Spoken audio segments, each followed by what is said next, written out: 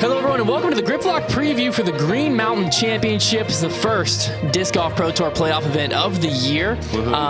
Now, what we're going to do a little bit different for this preview show, we're filming this Thursday morning. FPO actually is already teed off, FPO like the lower part of the field. So we're still going to do a preview, but it's not going to be nearly as in-depth of a preview. We're going to do more of a bird's eye view, make our predictions, and that way there's still a preview show out there for you, but we were filming something pretty exciting the early part of this week. You'll find out more about that over the coming weeks.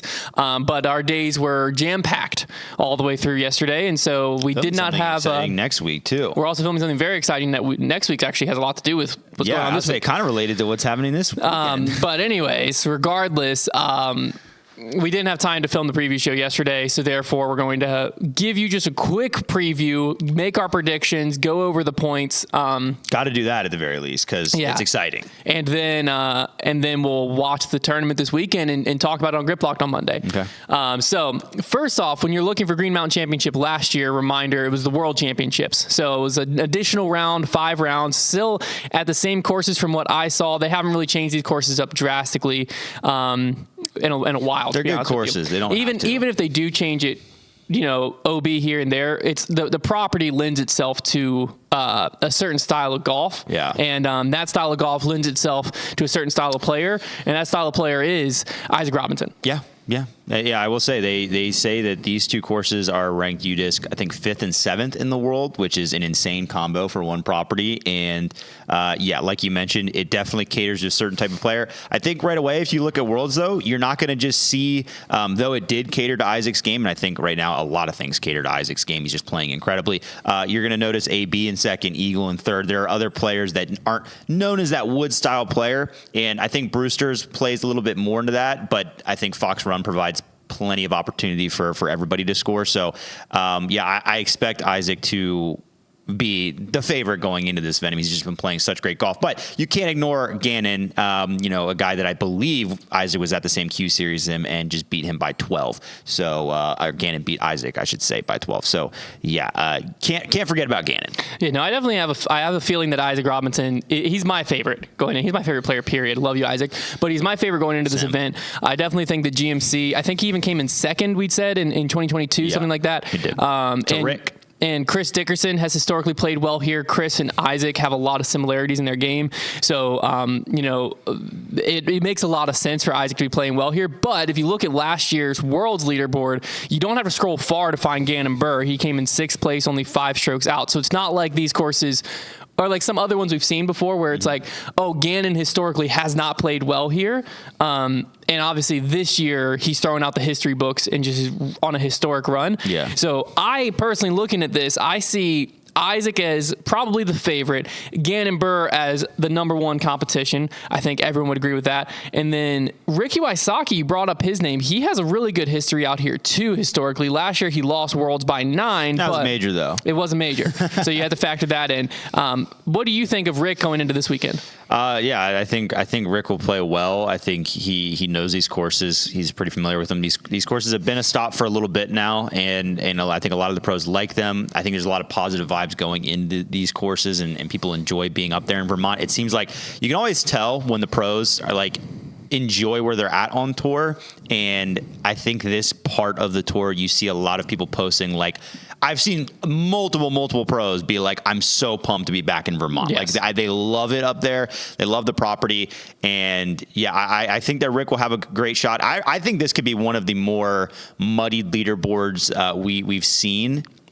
Maybe we get our first playoff of the year in the MPO division. But I really expect that this could be an event where we see a lot of really big, prominent names fighting at the top of the leaderboard. I'm expecting an exciting 4-round tournament.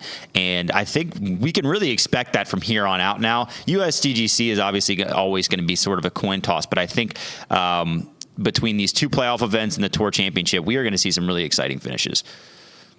I was just going down here. Trying to battle our internet right now. I think Ricky's won this event 5 times, if I'm not mistaken. Really? Looks like he won it in 2013, and then in 2014, and then in 2015, and then in 2016. So how many has he won in the new era? And then in 2022. Once. Yeah. So once in like the newer era, but still, he plays well at the course. He has very good history at this. He was beating Paul. He has very good history out here at this course. Yeah. I feel like this was an event historically that like back when it was Ricky and Paul, he would get the better of Paul a lot at that course, clearly. Yeah. Now, when you're also looking at this leaderboard, one thing that's interesting is sometimes people think GMC, and because it plays well to Isaac and it plays well to Chris, which we'll talk about Chris in a second, you tend to think, oh, it must be a wooded players course. I think even Dark Horse Michael Johansson's been on lead card out there before too. But it's because they do have the two courses out there where one is definitely a little woodsy heavier, but the other's not, to where you see an Anthony Barella came in second, an Eagle McMahon came in third, which obviously those players don't lean to woods. Simon Lizotte came in 11th at Worlds.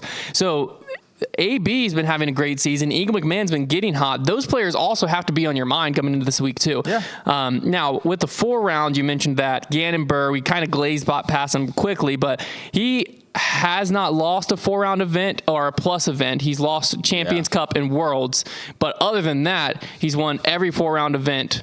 Because Worlds was 5. He's won every 4-round event but one. Because even European Open he won. Yeah. So another 4-round event that does tip the favor a little bit more towards Gannon. Personally, I'm still leaning towards Isaac as my favorite. It sounds like you're doing the same. Yeah. Yeah. Now Chris Dickerson. Let's talk him really fast, because when we're looking at these courses, he's another player who's won this event before. I think he won it in 2021, if I'm not mistaken. I think he was in contention when Ricky won it in 2022, if my memory serves me right. So Dickerson has played these courses very well historically. He also came in 9th at Worlds last year. This would be a really big win for his season. He's had a very solid season, but it's been kind of a quiet season overall. As he heads towards the playoffs, we were also looking on debate night that this could be huge strokes difference on the Tour Championship too. Yeah. What could this win mean for him? I think more than anything, it just is, he's had a decent season, but for a guy like Chris, I don't think that really is going to matter a ton to him unless he can get a win at some point. And I think he has great chances from here on out. He's won this tournament. He's won USDGC. He's won a Tour Championship, I believe. So there's a lot of things that he can do to very quickly turn around his season. And I know winning the Tour Championship isn't like winning a Pro Tour, but when you cash 45, 50K, and going into the offseason, that feels pretty good. So you're not super concerned about that. So I think that he's not the only player in that situation. I think there's a few that are kind of feeling right now, okay, I've only got a few more shots at this. When you're a good player and you get to the beginning of the season, I think a lot of them probably just had the feeling at some point it's going to click and they're going to get that win. And the further you get in, it's like, man, maybe this just isn't my year. Have I put it together in a tournament and it just hasn't worked? So I think that he's definitely very near the top of that list of players that are desperately looking to grab a win before the season's up. For sure. And I like him here and at MVP next week. Absolutely. And obviously USDGC, he's a former champ there. Now, the final thing we'll talk about with MPO before we look at FPO, Grip Locked on Monday, we had called out a bunch of players that were outside the cut line. There's a ton of them. That shouldn't be playing this event, that had registered for the event. And on Grip Lock, we kept saying, well, let's see if they get a tee time. They got them. We're here. They have tee times. Tristan Tanner, being one of them. It goes all the way down to Justin Rozak. I believe he's in 154th. I also see Joey Tamale. I think he's higher than that, though. I think he is better than Rozak this year. I want to say he played in... He's also not on. Well, he's also not in the top 150. That's the crazy thing. I can only see the top 150 players, and these players not in the top 150 that are registered for this event. So we don't need to rehash what we talked about on Grip Locked. If that sounds crazy to you, you can go listen to Grip Locked from Monday. But this was supposed to be the top 100 players. We have players outside the top 150 registered. Personally, I want to see this blow up in people's faces. I want somebody to win. So I want Tristan Tanner. Andrew Fish, I think, had just made the cut, or was he just outside? He was just outside. He was outside, yeah. Yeah, Andrew Fish. It's going to be very hard for it to happen. At least, take cash from somebody that was well inside the cut. Yeah, I want third and but I want one of them to win. Because I want that one would of be them, electric. I want one of them who are outside the top 100 to take a tour to win and take a tour finale spot. Yeah, and then the argument can be made if you're Eagle McMahon and you're in 32nd and you're out on the outside looking in, you'd be like, okay, but Justin Rozak won that event and he wasn't even supposed to be playing in it. So you're really not going to give me a tour championship spot in $1,000 or $1,500 or whatever? That is crazy. Crazy. So that's what I want to happen. Very, very, very unlikely. Nothing against any of those players, but you're going up against Gannon Buhr, Ricky, and Isaac, and a whole slew of others across a 4-round event.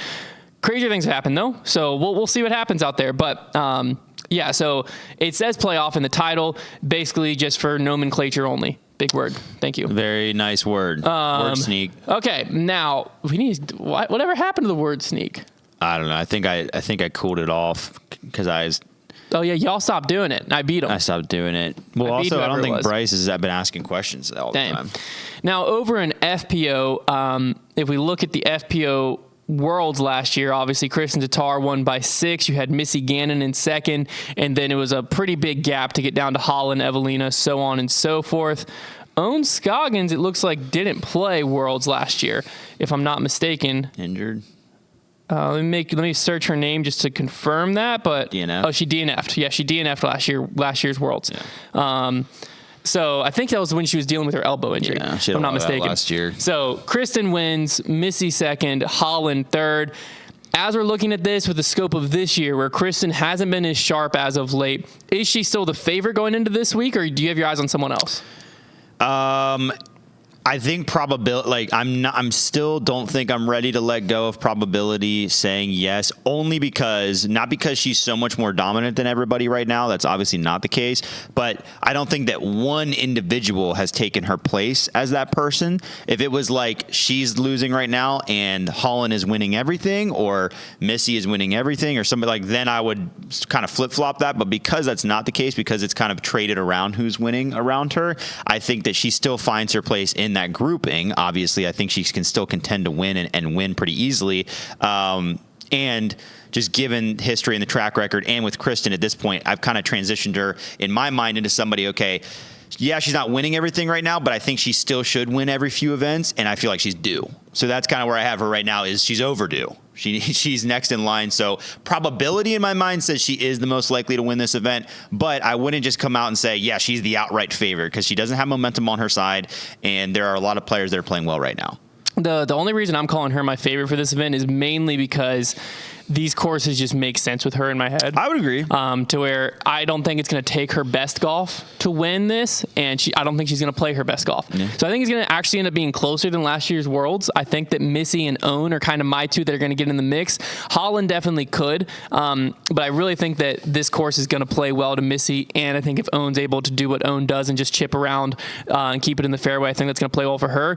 And that type of style of golf typically goes in Kristen's favor. Mm-hmm. So I think this is a tournament that does ask for more Kristen-style golf, so I am expecting Kristen to win here, but that doesn't mean, Evelina Solon and Holland, they've been having phenomenal seasons, so I won't be surprised by any means if one of them creeps in. It's nowhere near as set in stone as last year. Oh, for sure. Where last year I would have just been like, yeah, what are we even talking about here? Right. It's how many strokes is Kristen going to win by. Now it's definitely like, I still like Kristen at this tournament, but this could be neck and neck. Yeah, I as much as like a lot of people enjoyed the Kristen domination era and what that brought, like I definitely enjoy talking about FPO more when it's not like that. Yes, no, absolutely. For sure. Okay, well, let's go into our predictions now to wrap this show up. Like I said, just a quick over-the-top preview. After D-Glow, Trevor was able to gain some points back on me, and we are now exactly tied going into the playoffs and into the one major, final major of the year. We both have 105 points, so every week is going to be big. Let's start off with MPO. I have a feeling we're going to be pretty similar here. I'm taking Isaac Robinson to win, Gannon Buhr to come in second, and Ricky Wysocki to come in third. I've got the same one, Hunt. Makes sense. Would you let me make a swap? What if, okay, I think I let you. What if we both agree on a player to remove, and we'll add a different player in? I like that to make it interesting. Should we get rid of our third place since that's the furthest away? I was saying either we both take out Ricky, or we take out the given of Gannon. Because we're both taking him out. Just to spice things out? Yeah. Okay, that's a good idea. Gannon's the most consistent. That's a good idea. Okay, so I say we both agree Gannon Buhr is going to come in the top three. Right. But we're saying for the sake of possibly getting points, we're going to remove him from our top three. Okay. And you can add anyone in his place, or you can switch it. Let's count to 3, and then we'll say the name of the person we want in second. Okay, do you want him we're going straight to second? Or do you want to shift him? Anywhere in your top 3, we'll say. Okay, you ready? Yeah. You have them? I'm just curious how many in a row we can say the same person. Yeah, I'm ready. Okay, say the last name. Ready? 3, 2, 1. Dickerson. Yeah. I'll put him in third, though. Do we want to say? Keep going. I'm thinking I'm willing to switch from Dickerson. Okay, I'll put Dickerson in third. I just knew we would both say him first. Yeah. I think that I will switch. And there's a couple other people that I was considering. I'm trying to decide which one. Ezra Robinson could be a really sneaky pick. That was one of the ones I was considering. You could pick my dark horse to get into your top three. But you could battle me with that, though, because if he came in third, you get more points. Yeah, that's true. That could be a strategy. Might be too soon for that, though. Is Simon playing? I believe he is. I'd let you look at the tee times. That could be sneaky. Our Wi-Fi is not great right now. I don't really like Simon right now, though. I just don't. I think everybody's going to end up nostalgia picking him at MVP. You're going to have to sort by name, and sometimes it doesn't work. Oh, there you go. He does. 220 tee time. Oh, and he's playing right behind. He's playing Chris. with Proctor, Simrod, and Gavin Rathbun. Because my heart was initially telling me to take AB. He just hasn't been playing great golf. No, but he's played well at disc courses. He has, and he is kind of due. And he's on a card with. It's AB, Ezra Robinson, Isaac Robinson, and Paul McBeth on the card. It's great vibes. Phenomenal Calvin's card. still on the board as well. Yeah, Calvin's more and consistent. I'll take Calvin and I'll put him in third behind Isaac and Rick. Okay, I'll just copy yours over here. Whoop. Yeah, I'm gonna need to go. All right, and you're taking Calvin Heimberg? Yeah. Calvin Heimberg. I'm confident in All right. that. FPO, I'm taking Kristen Tatar to win, Owen Scoggins to come in second, and Missy Gannon to come in third. We got some good differences here. I'm taking Kristen to win as well, but then I'm going to take Holland Hanley in second, and I'm going to take Evelina in third. Love it. Great picks. I believe I saw she was playing. Yeah, I think she is. Because I feel like I'll confirm for you. I'm almost positive I saw her because I'm pretty sure I would be pretty surprised if she's pretty sure not. I double checked that. Yeah, she is. She is. I think that this could be an event where her throwing is just so good at those courses that it gets her into the top three. Dark horse pick. Who do you got? Evan Smith. He's been on an absolute heater lately. I'm going with, and this should be illegal, but it's not by our rules, Eagle McMahon. It's not. I will say that every year it gets better and better to where we might just have to keep backing up where the line is for dark horse. But I will say it is Eagle is an anomaly because he didn't play a lot of events. Well, because we switched it from the world rankings, which Eagle would not be allowed, to the Pro Tour standings to make it more of a hell of a season. But we might have to go outside the top 40 or something. But it'll be better. Well, the thing is, at the beginning of next season, we'll have to go. We can use last year. Yeah. But it is fun having having dark horse. There's been a few tournaments. Rathbun was one. Babcock, I think, was one where they had chances. It's a better chance of people getting into to win. Right, which is exciting. So that's going to wrap it up for a GMC preview. Be sure to tune in Monday for a full recap of everything went down. We will talk to you then.